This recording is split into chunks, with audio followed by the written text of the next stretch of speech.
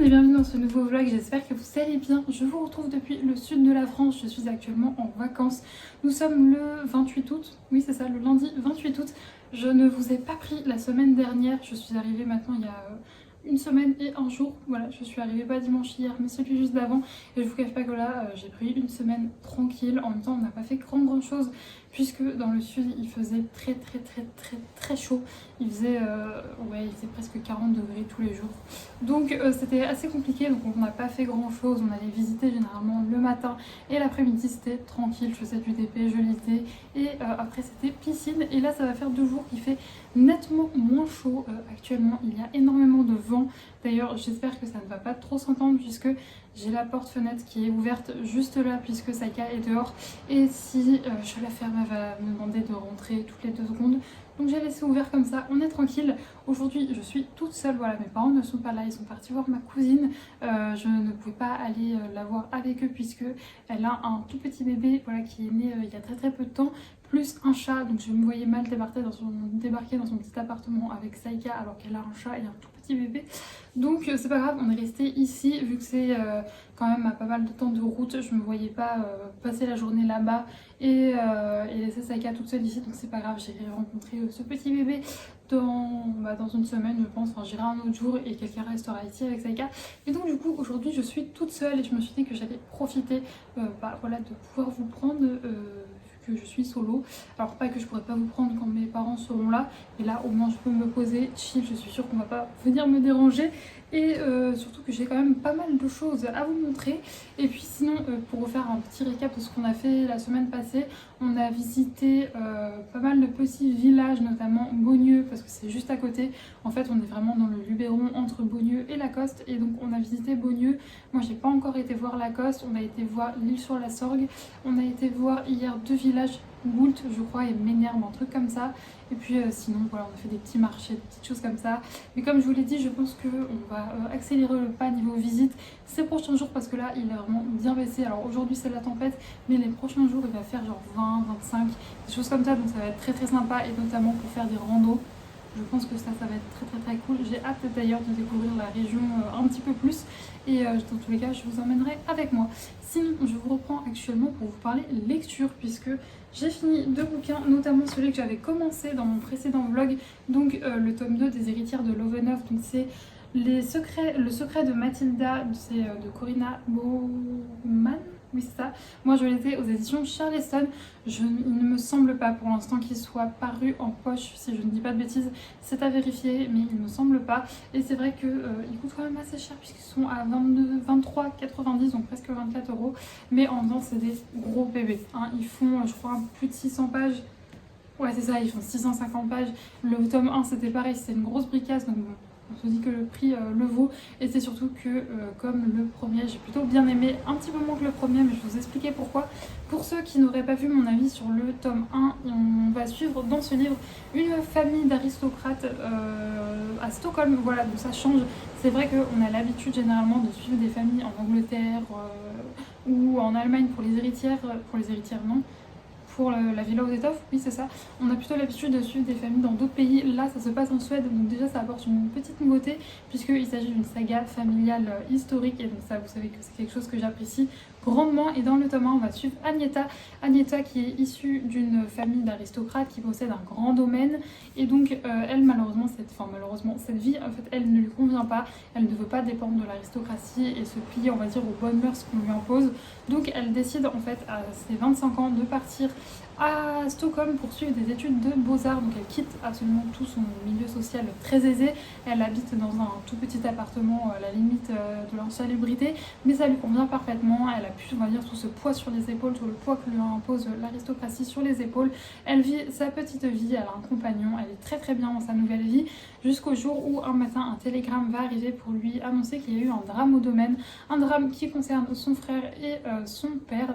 Et donc elle va devoir se rendre de nouveau au domaine de Lovenov, et malheureusement elle va devoir assumer la reprise en fait du domaine.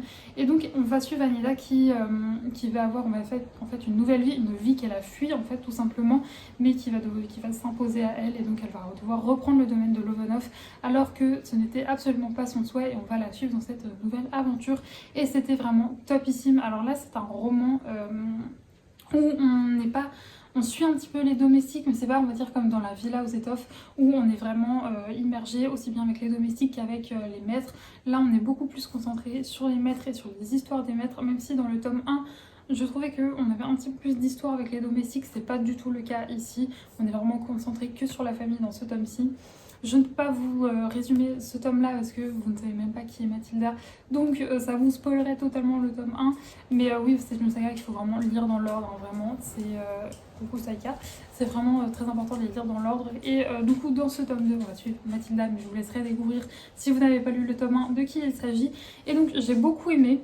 Pareil, en fait, tout ce qui m'avait plu dans le tome 1 m'a aussi beaucoup plu dans ce tome 2, c'est-à-dire l'ambiance, l'histoire, les intrigues qu'on va suivre, les révélations auxquelles vont faire face les personnages, et vraiment cette ambiance dans le domaine. Le domaine, je vous l'ai dit, je vous l'aurais dit dans mon avis Insta, mais j'ai un énorme coup de cœur pour ce domaine puisque c'est un endroit où ils vont surtout faire de l'élevage de chevaux. Je suis une grande amoureuse des chevaux, donc vraiment j'ai gros coup de cœur en fait sur l'ambiance de ce livre. Mais ce qui m'a malheureusement déplu, c'est malheureusement le personnage principal de Mathilda. Je vous avoue qu'il y a beaucoup de ces décisions que je n'ai tout simplement pas comprises, que j'ai trouvé vraiment exagérées. Ce qui fait que voilà, vu que j'avais du mal avec elle, j'ai forcément eu beaucoup de mal à m'y attacher. Et donc c'est ce qui a un petit peu, c'est un peu le point noir de ce roman pour moi, c'est ce personnage. Après c'est pas parce que moi j'ai cet avis que vous l'aurez forcément vous aussi. Mais c'est vrai que du coup, c'est pour ça que autant le tome 1, je pense pouvoir dire que c'était un coup de cœur. Celui-là, j'ai passé un bon moment de lecture, mais c'est pas non plus un coup de cœur. Donc je lirai quand même le tome 3, je me le prendrai dès que je rentre de vacances. Mais c'est vrai que là, pour le coup, ça a été un petit peu moins bien, même si pour le coup, c'est ce que je vous ai, j'arrête pas de dire pour le coup, c'est très pénible, c'est ce que je vous ai dit sur Instagram, mais les personnages secondaires par contre, je les ai beaucoup aimés, donc ça a vraiment quand même bien rattrapé, donc c'est pour ça que je vous dis, c'est pas un coup de cœur, mais ça a quand même été un très très bon moment de lecture. Donc si vous avez aimé le tome 1, franchement, lisez la suite. Et si vous n'avez pas lu encore cette saga, vraiment lisez-la. Si vous êtes fan de tout ce qui est la Villa aux Étoffes, la cuisinière de Castamar, qu'est-ce qu'il y a d'autre, je me perds, mais si le rêve de nos mères de Karine Pitoki. Si vous aimez toutes ces sagas familiales historiques, vraiment vous allez aimer Les Héritières de Lovenhof. Ça a un certain prix, hein, parce que c'est quand même des bonnes bricasses, mais vous pouvez les trouver, je pense, peut-être en médiathèque, sur Vinted, voilà, sur des sites d'occasion, ou bien en e-book. Il existe en e-book, donc voilà, vous pouvez vous le procurer sur ce média-là. Voilà. Et sinon, depuis que je suis arrivée, j'ai également commencé, même fini, Profondeur de l'océan, donc le Twisted Tale sur La Petite Sirène. Celui-ci, c'est Liz Braswell qui l'a écrit, c'est publié aux éditions Hachette Heroes. Et écoutez, première fois que je suis un peu déçue d'un Twisted Tale. Alors dans celui-ci, on va suivre du coup une réécriture de conte de La Petite Sirène. Vous savez, moi j'ai lu énormément de Twisted Tale, je n'arrive plus à parler de Twisted Tale, donc c'est vraiment pas mon premier, c'est pas non plus mon premier de cette autrice-là. Et celui-là, ouais, première fois que je suis déçue. Alors en fait, on va tout simplement suivre l'histoire d'Ariel si Ursula avait gagné. C'est-à-dire que si Ariel n'avait pas réussi à vaincre Ursula à la fin du dessin animé, qu'est-ce qui se serait passé? Si Ariel avait finalement réussi à épouser le prince Eric, qu'est-ce qui se serait passé? Et donc on va suivre cette version de l'histoire. Et en soi, je trouvais que l'histoire était vraiment bien. L'histoire était très très chouette.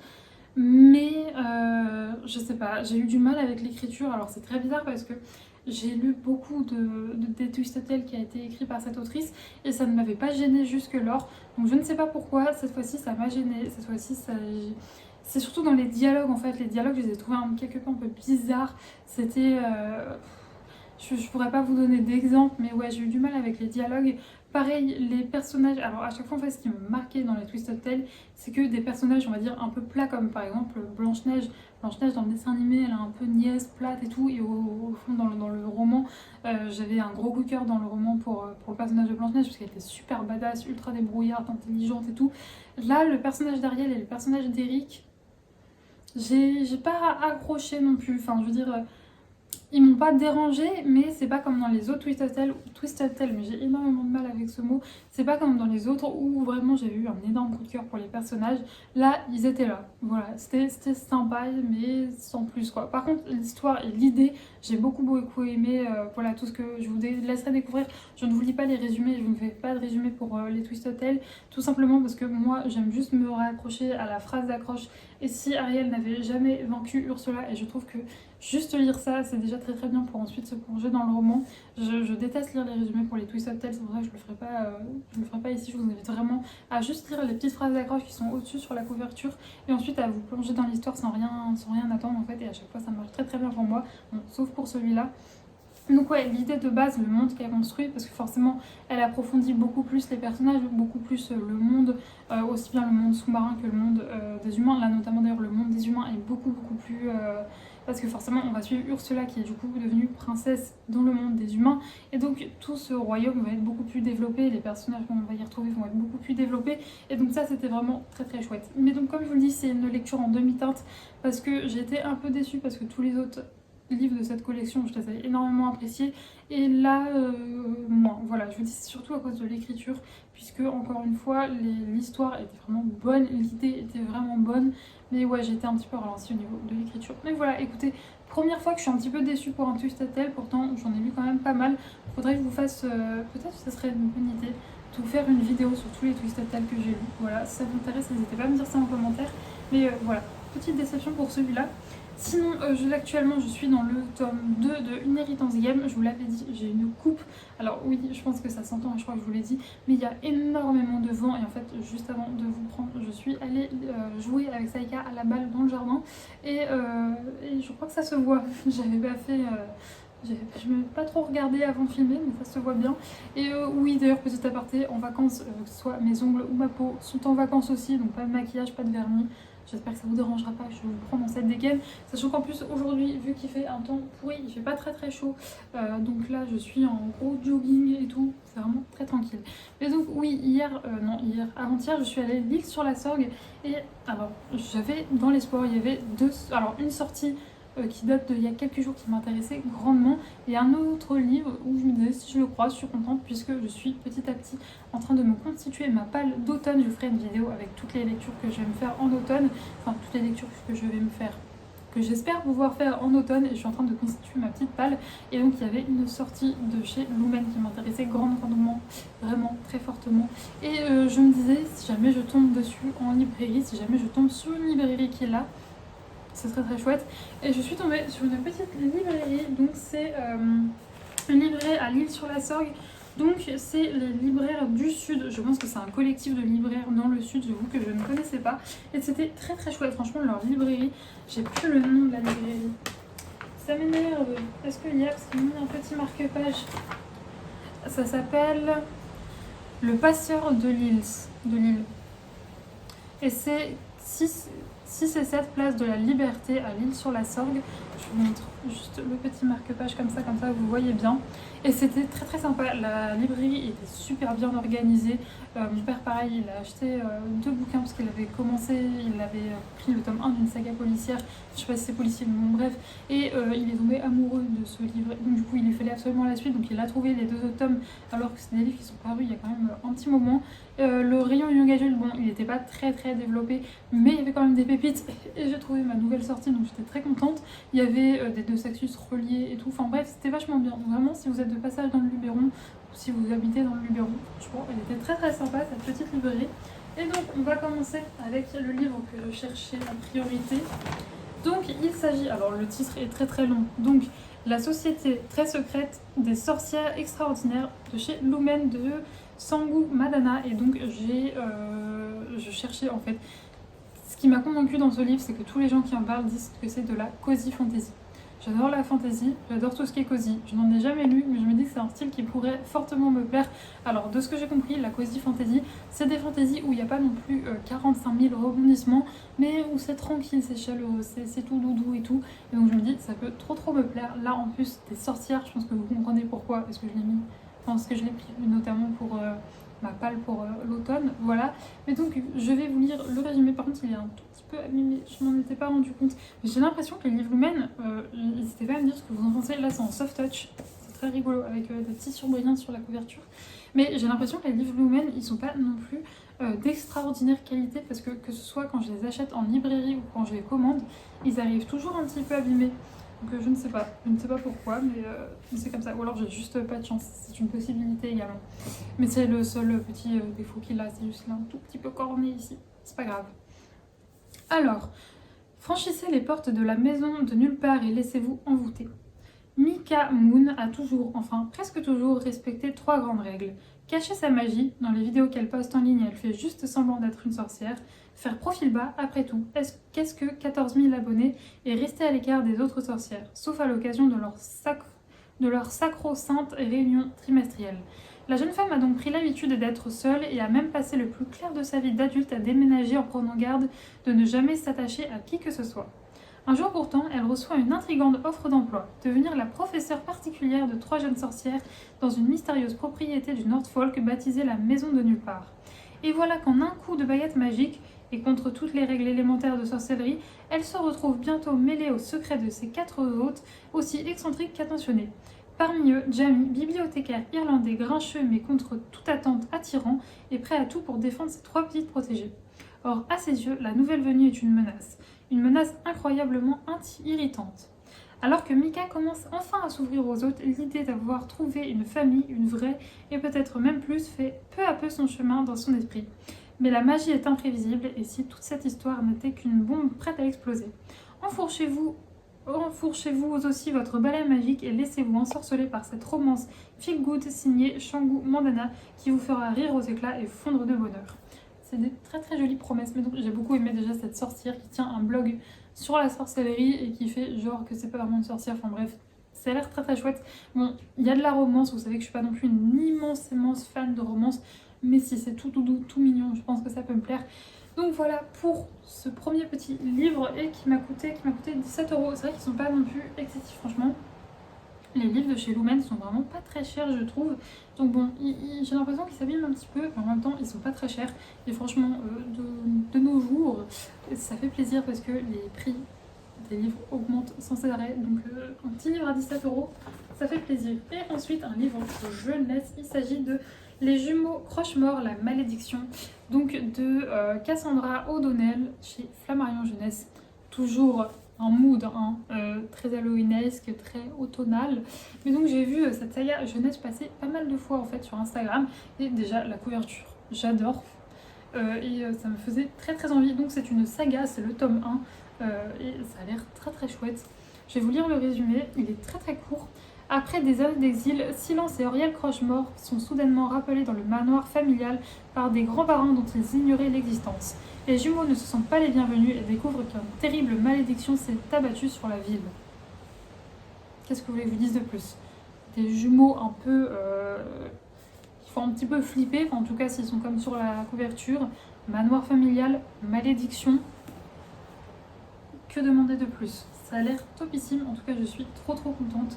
Et j'ai vraiment pas beaucoup de livres de chez Flammarion Jeunesse, je crois que j'en ai même 0, alors que pourtant je pense qu'ils proposent quand même pas mal de choses. D'ailleurs là je regarde en ce moment, vu qu'on est en fin de mois, des vidéos sur les sorties littéraires pour la rentrée littéraire de septembre. Je peux vous dire que ça va faire mal. Ça va faire très mal. Illustration de couverture de Jean-Mathias Xavier. Et ben, je pense que ce monsieur est très talentueux, c'est très beau. Voilà, sinon la semaine passée c'était aussi mon anniversaire, alors je n'ai pas encore eu mon cadeau. Mon cadeau tout simplement c'est c'est mon cadeau pour on va dire mon anniversaire et mon Noël, les deux parce que c'est assez onéreux, voilà. Mais je suis tellement contente, je vais enfin passer le cap pour la machine de mes rêves, voilà tout simplement une silhouette qui me permettra en fait d'imprimer des stickers pour la boutique moi-même, de faire du foil, enfin c'est une machine de découpe qui va me permettre de faire plein de choses. Et donc j'ai trop hâte de rentrer et de la voir pour pouvoir bidouiller et vous créer plein de choses pour la boutique. Ça va être très chouette, enfin j'ai hâte de rentrer. non, parce qu'on est quand même bien en vacances. Donc voilà, c'est pour vous dire voilà, mon petit présent d'anniversaire, même si voilà, mes parents n'allaient pas me l'offrir là en vacances, donc ça sera quand je rentrerai. Et sinon, on avait été au restaurant et tout, c'était très très sympa. Et d'ailleurs, je suis très fière de Saïka. Je me rends compte que j'ai vraiment bien bossé, puisque j'ai une chaîne qu'on peut emmener partout, aussi bien au resto que en ville et tout. Enfin, elle est vraiment top ici, donc je suis très très fière d'elle. D'ailleurs, si vous aviez suivi mes vlogs précédents en Alsace, j'allais dire non, en Ardèche, ça s'était pas très très bien passé avec Saïka. Elle s'était pas du tout faite à la maison. Alors je ne sais pas ce qui s'est passé. Je vous avoue que j'angoissais pas mal de venir en vacances et enfin de revenir en vacances ici. Enfin de revenir non, juste d'aller en vacances ici, puisque vu que ça s'était pas bien passé en Ardèche, alors que en Dordogne ça s'était très bien passé, j'avais un petit peu peur que ce soit pareil. Écoutez, rien à voir. Elle s'est parfaitement fait à la maison, donc je suis très très contente. La première nuit, parce que c'est toujours la première nuit qui est un petit peu compliquée, je laisse toujours ma porte de chambre ouverte pour qu'elle puisse venir dormir avec moi au besoin. La première nuit, elle a dormi avec moi, elle a chouiné vite fait à 8h du matin, donc vraiment tranquille, j'ai pu faire ma nuit au calme sans qu'elle me réveille. Juste à 8h du matin, donc ça va. Et ensuite, depuis en fait, même si ma chambre de porte, ma chambre de porte, ma porte de chambre est ouverte et elle ne dort même plus avec moi, elle dort en fait exactement comme l'année dernière quand on était en Dordogne, entre ma chambre et celle de mes parents, et elle s'est fait parfaitement à la maison, donc je suis très contente. Autre point, si vous aviez suivi mes aventures en Ardèche, le terrain est bien clôturé, donc ça c'est un grand soulagement parce que en Ardèche, c'était pas le cas. Enfin, il y avait des trous de partout. Elle pouvait passer absolument partout et se retrouver sur la route en moins de 2 minutes. Donc ça avait été un enfer. En fait, tout simplement, à la fin, je devais la promener dans le jardin en laisse. Voilà, donc très pénible. Parce que quand on a un jardin, je ne cache pas que c'est quand même plutôt chouette de pouvoir laisser la porte ouverte et que ton chien puisse faire sa petite vie. Donc voilà. Sinon, le cadre est juste magnifique. On est en milieu des champs de vignes. Donc c'est très très chouette, surtout voilà, le matin et le soir. Pour pouvoir aller lui faire sa promenade en libre, c'est trop trop cool. Et puis voilà, bref, c'était les petites nouvelles de Saïka et Juliette dans le numéro 1, voilà. Bref, sinon, moi là, il est, je pense, 15h.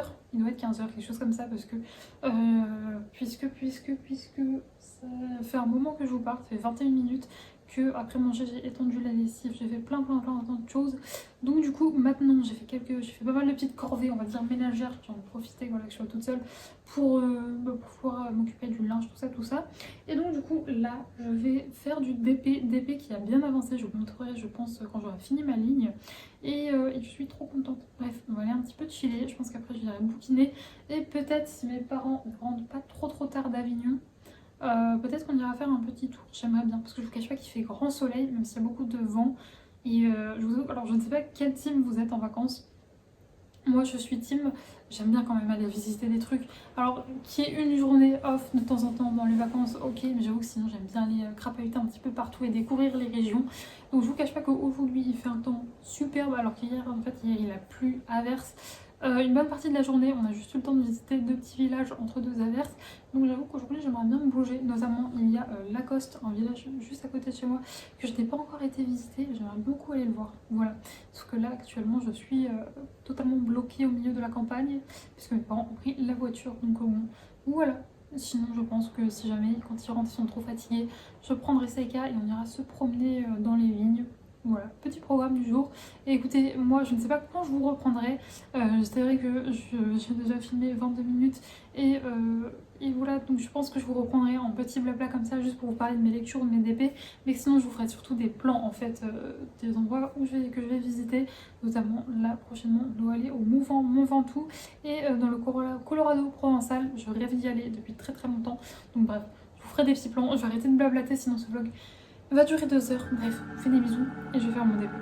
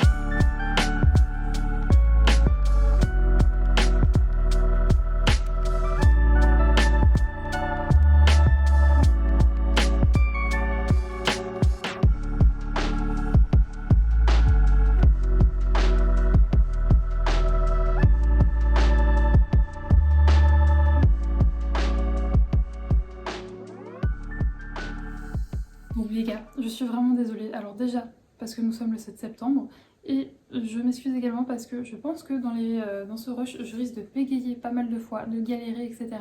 Tout simplement parce qu'en 3 semaines, je n'ai quasiment rien filmé, voilà, je pense que vous l'aurez vu. J'ai filmé une fois la première semaine où j'étais là, enfin même pas la deuxième, et depuis, je n'ai rien filmé, en tout cas je n'ai rien filmé en face cam comme ceci.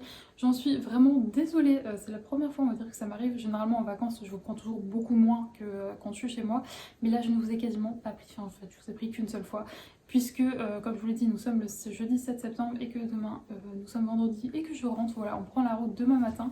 Donc je suis vraiment désolée, mais je vais pas vous mentir, j'ai déconnecté d'absolument partout. Je n'ai quasiment pas posté sur Instagram, j'ai été très peu présente sur YouTube. J'avoue que je n'ai quasiment pas répondu aux commentaires alors que pourtant j'ai sorti pas mal de vidéos pendant que j'étais ici. Donc vraiment, je pense que j'avais besoin de cette pause pour recharger mes batteries. J'ai quand même un petit peu publié sur mon Instagram pro parce que j'ai ma nouvelle collection qui sort, voilà, lundi là qui arrive. Mais c'est tout, et c'est vrai que ça m'a fait beaucoup de bien, mais là je vais pas vous mentir. J'ai hâte de reprendre le boulot. Alors autant le cadre où on est, qui est juste magnifique, va beaucoup me manquer, mais en même temps là je vois que j'ai vraiment besoin de reprendre un rythme et tout, donc je suis assez contente de rentrer pour ça, même si encore une fois le calme de l'endroit où on est va énormément me manquer. Et voilà, mais donc du coup que s'est-il passé concrètement pendant ces 3 semaines? Eh bien je vous avais raconté pour la première semaine. Ensuite on a continué de visiter pas mal de petits villages, on allait dans le Colorado provençal, on a visité pas mal de lieux historiques. Mon petit frère est arrivé entre temps, il est arrivé il y a un peu plus d'une semaine. Et du coup d'ailleurs je vous filme là maintenant tout de suite, puisqu'il il est reparti aujourd'hui, puisqu'il repartait en train un jour avant nous. C'est pour ça que je vous prends maintenant, parce que je suis toute seule et donc du coup c'est plus pratique pour moi de filmer. Mais c'est pas le fait que ma famille était là, c'est pas la raison qui a fait que je n'ai pas filmé, mais c'est aussi parce que j'ai très peu lu en fait. Concrètement là j'ai un livre à vous présenter, ce qui fait que j'aurais lu 3 livres en 3 semaines. Ce qui, pour les vacances, est très bizarre, puisque par exemple en Ardèche, je dégommais quasiment un livre par jour.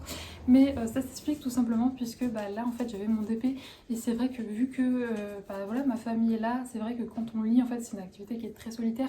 Alors le diamond painting aussi, mais c'est vrai que quand on fait du DP, bon, on peut écouter ce qui se dit, on peut parler avec les gens qui sont autour de nous.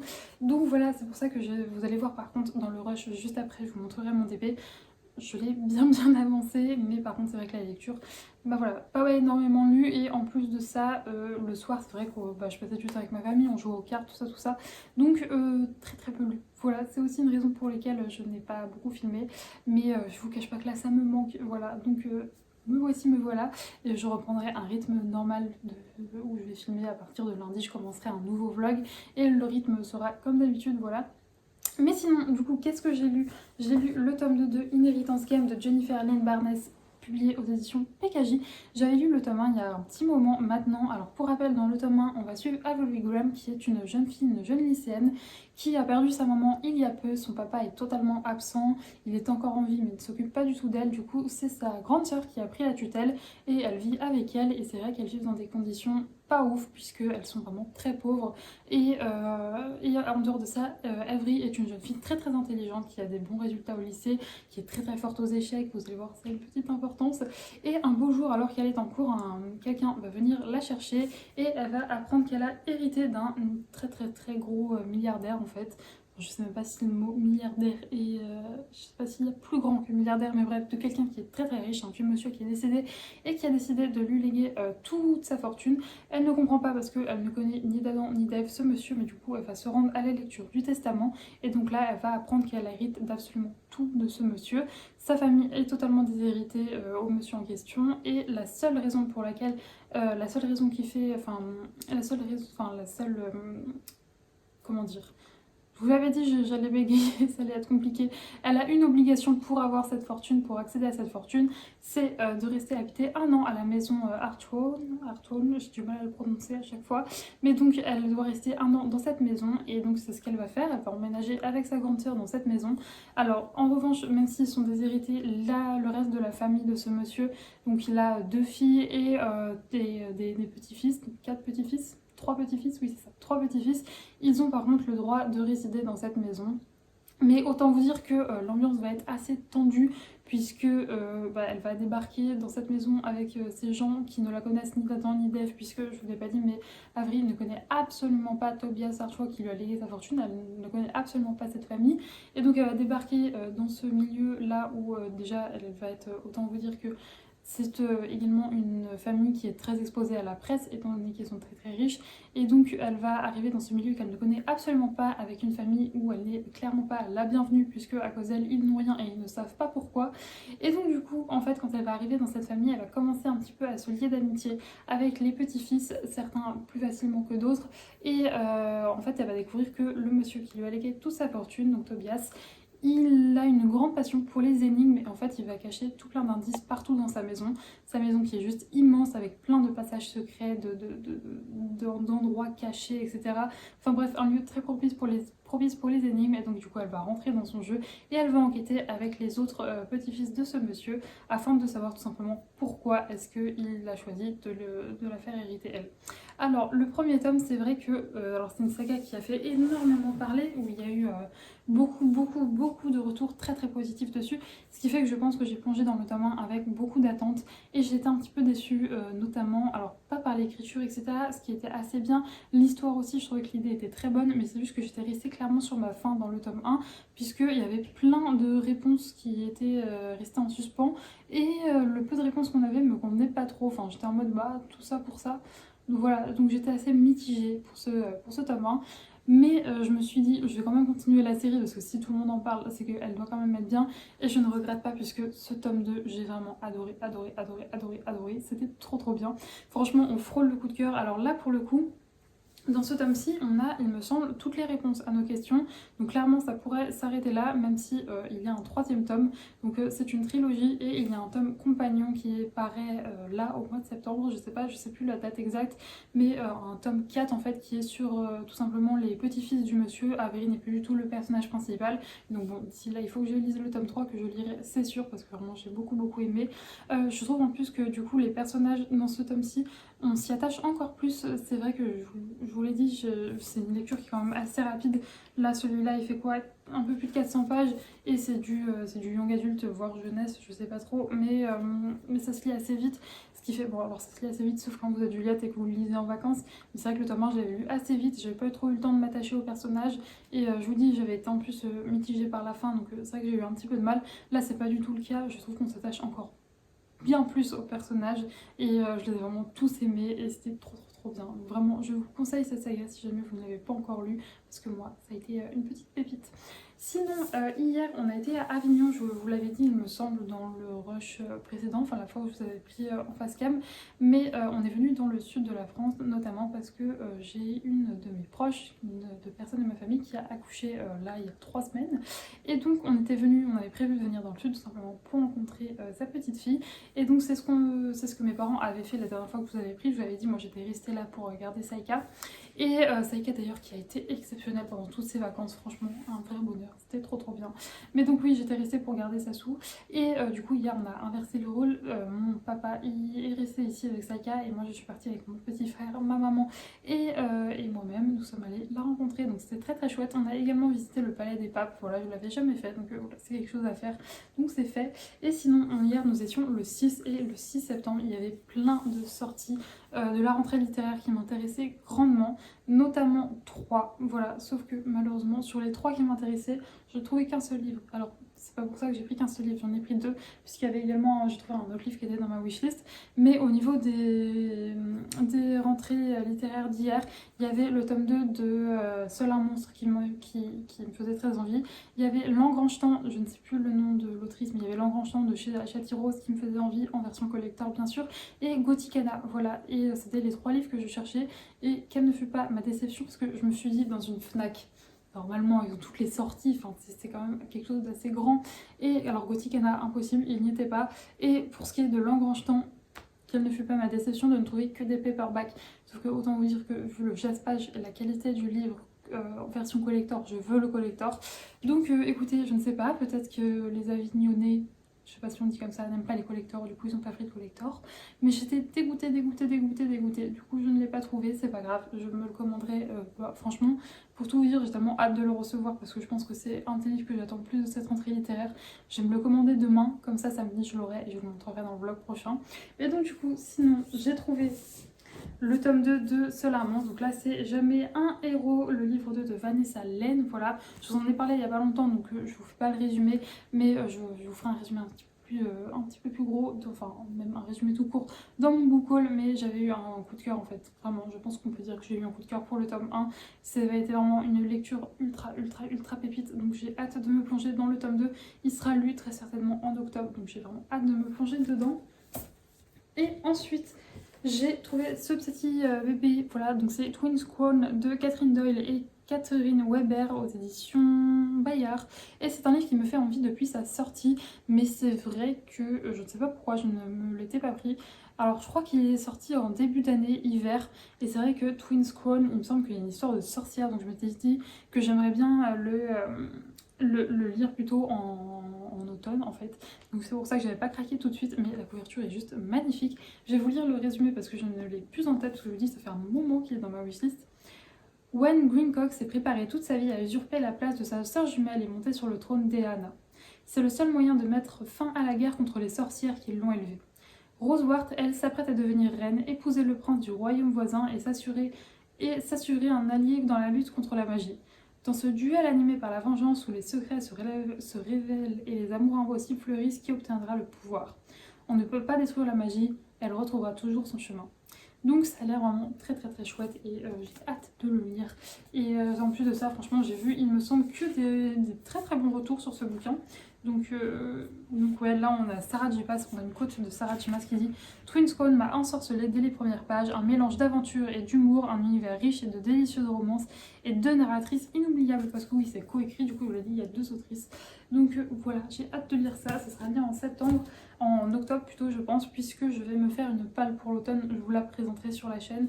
Et donc du coup ouais, je suis en train de me la constituer un petit peu et sélectionner plein de titres très automnales et j'ai hâte de les recevoir. Bref, je me rends compte aussi que vu que ça fait très longtemps que je n'ai pas filmé, là je blablate et je tire sur ma voix.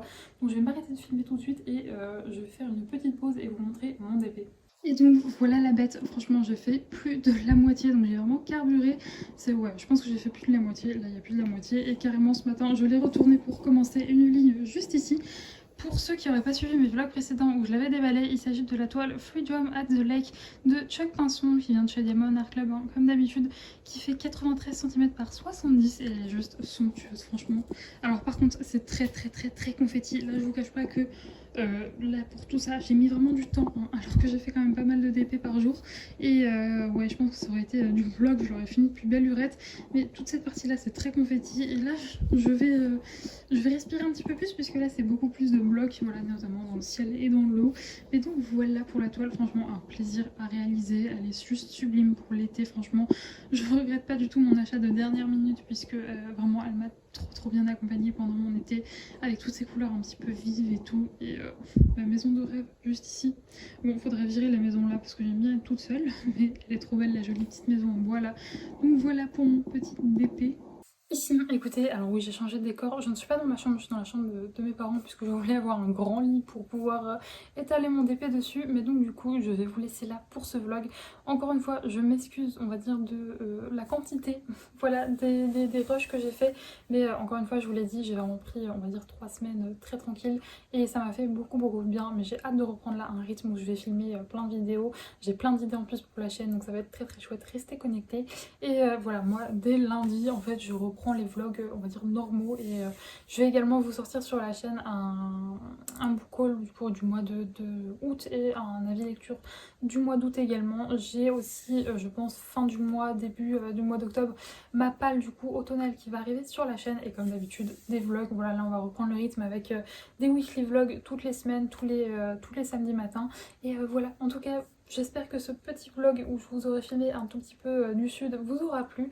Moi je vous fais des gros bisous et on se retrouve du coup, peut-être mercredi pour une vidéo lecture et sinon ce sera samedi prochain pour un nouveau vlog. Et d'ici là, portez-vous bien.